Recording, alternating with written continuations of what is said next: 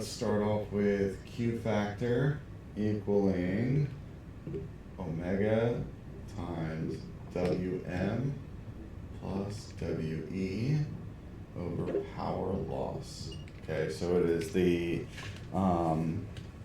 average energy stored in the circuit and over the actual loss in the circuit. So when we do this, we're going to write this in for series. Okay, so for a series circuit, we're going to write this out as our characteristic, our unloaded Q, which equals your characteristic or your resonance frequency, 2 times Wm over power loss, and which equals omega naught times L over R, and which also equals 1 over omega naught times RC. So we're just comparing all of the different forms for this. And then we are going to say, just like before, at resonance, what happens? Omega M, or Wm, I'm sorry, equals We. So we have that condition for why we have Wm and We. So we have the Wm and We, so we just converted all the Wm and double it. You can pick either way, but for the most part, since we're dealing with, it really doesn't matter. So for this, Q goes up if R goes down. So as we drop R, our Q value goes up. So this is all great, but we definitely want to consider the behavior not at all resonance or at any of these values. We want to know what's happening to the left and to the right of that resonance. Mainly it gives us some insight into exactly how this circuit's going to behave. One, we can never hit true resonance. Manually tuning, or we can get pretty close, but it's never going to be exact. So we need to know how this thing's going to behave when we design it off of your resonance, or just off of the resonance. So let's look at it this way. Let's look at our input impedance near resonant frequency. So near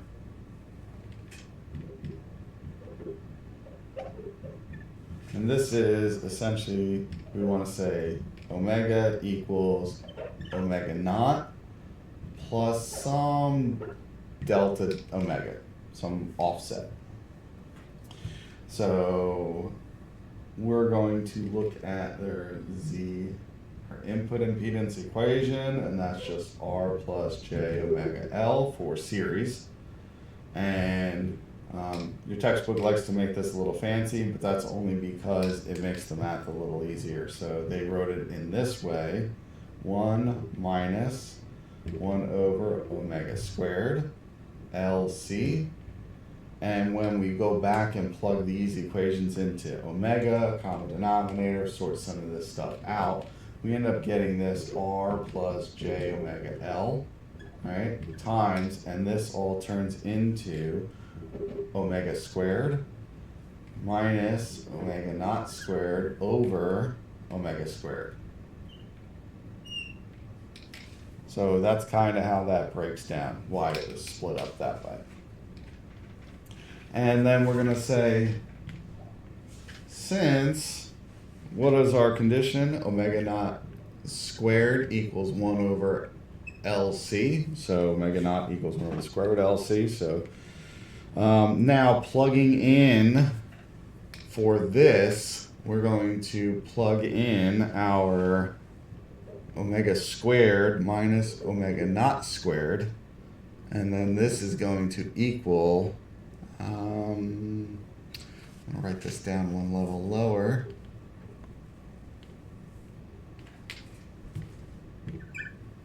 There we go. Let's do this.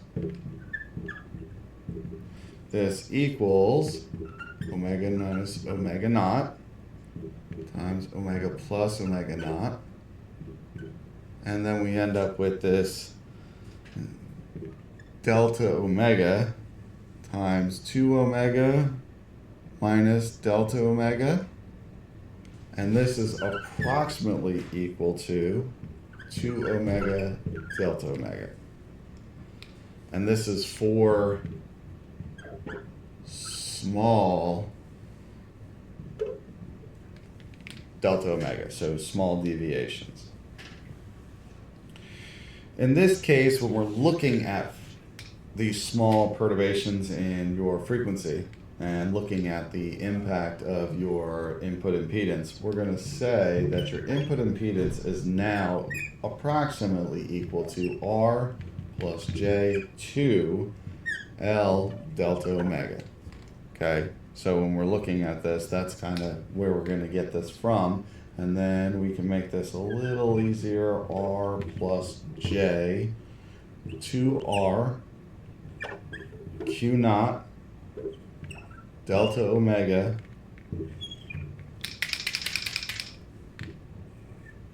over omega naught.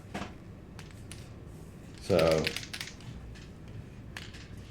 this is equation 6.9 in your textbook. Okay. So that's one way of doing it, but there is another alternative. So alternatively,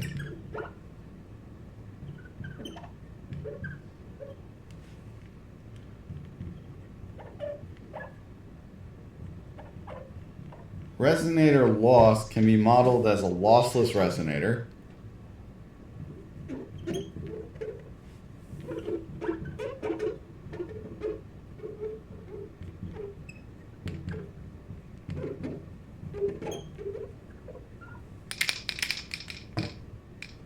All right, as a lossless resonator with omega naught replaced by a complex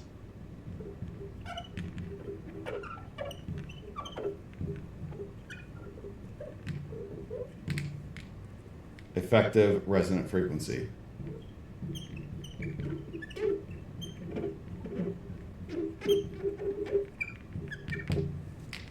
Okay, and that would be omega naught being replaced with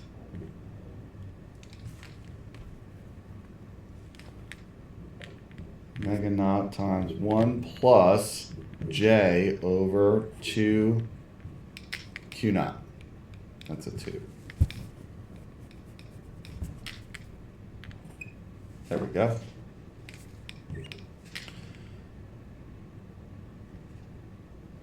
So, how does that affect the rest of our equation for our input impedance?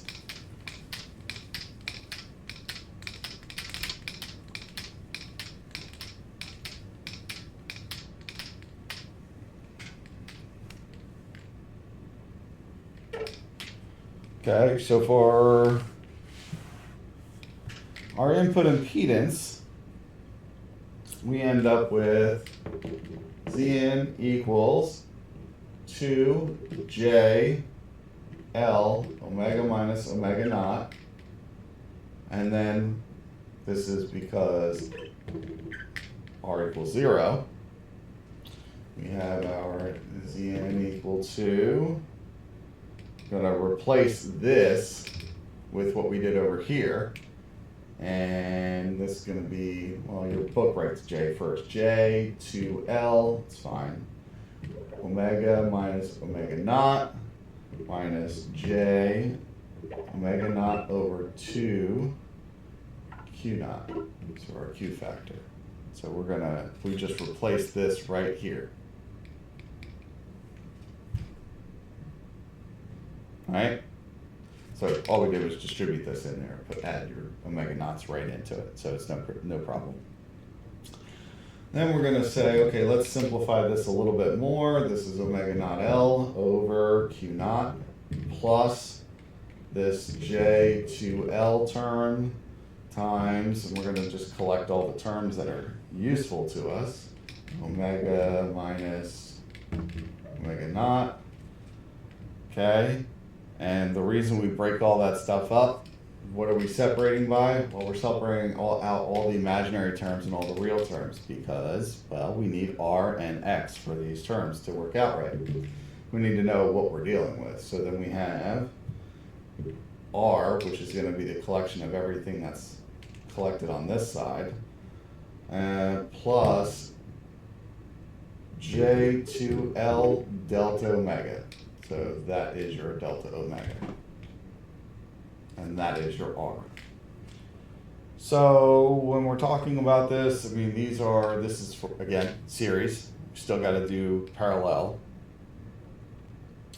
So the last thing we need to do for this in order to work out our bandwidth calculations, we're going to look at, well, I mean, this is the answer for your input impedance.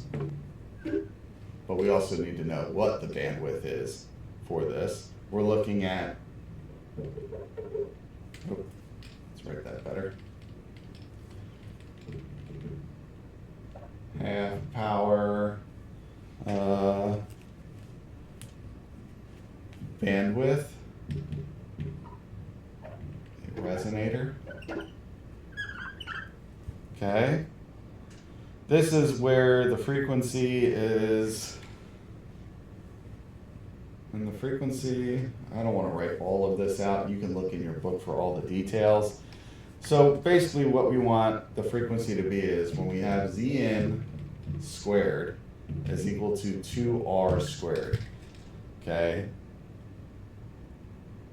So we want, when the frequency is such that this is true, we need the equation for the real power of the circuit to be delivered, at least half the power delivered at the end in resonance. So let's see if we can write this out a little bit by 6.2, the Pn equation, so your power in equation. So the average real power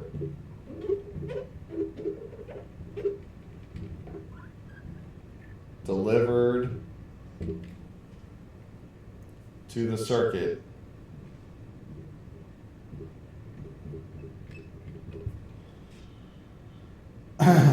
is half that delivered at resonance.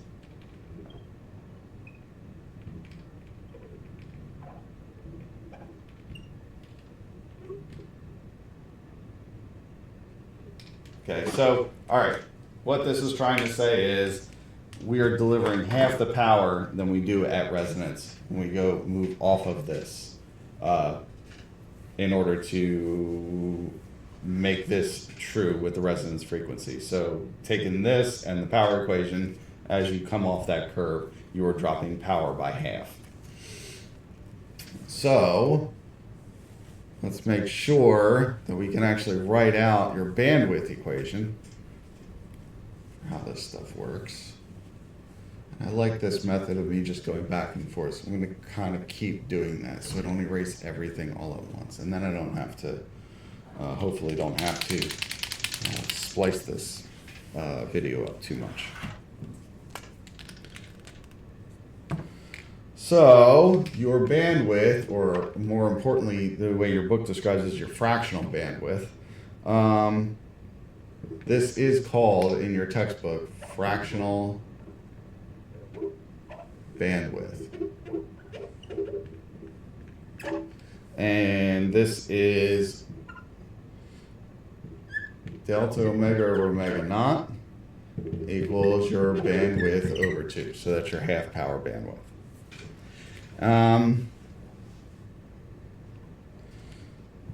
Then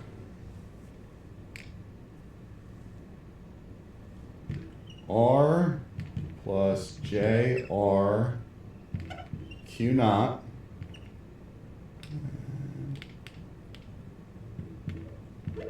bandwidth squared equals 2r squared, or bandwidth equals 1 over Q naught.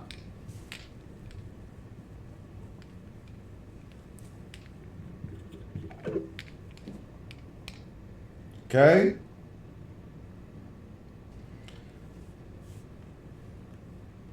So that was all series. So how do we deal with a parallel circuit? Mostly the same. All we do is start off with our initial equations instead of series equations. We start off with parallel equations, but all of the rest of it kind of works out about the same. So let's look at our parallel.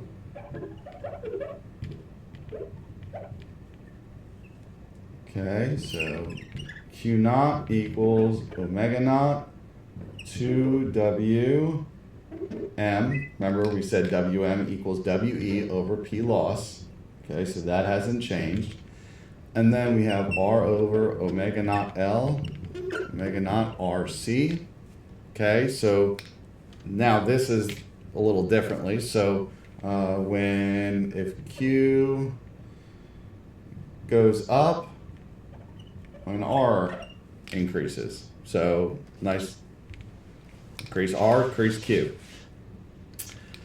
So again, we're going to go with omega equals omega naught plus delta omega, so some small deviation off of the maximum, and then using the parallel expression.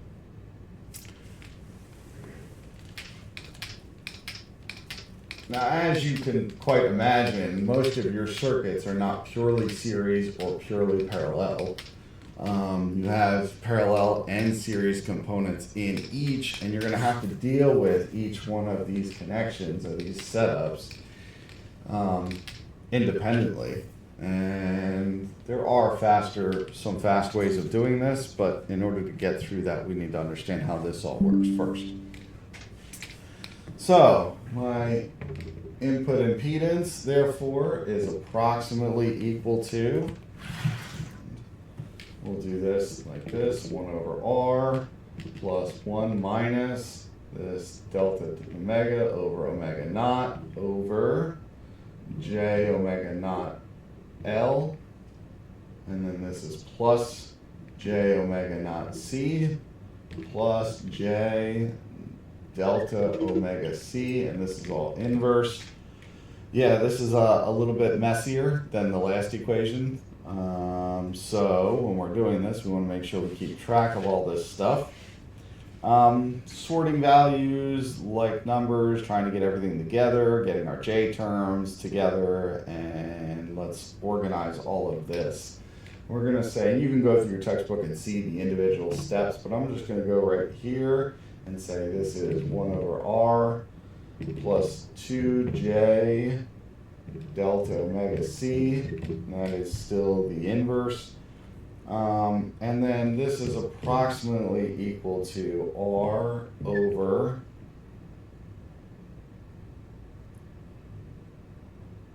one plus 2J delta omega RC, and then this equals R over 1 plus 2J Q naught delta omega over omega naught.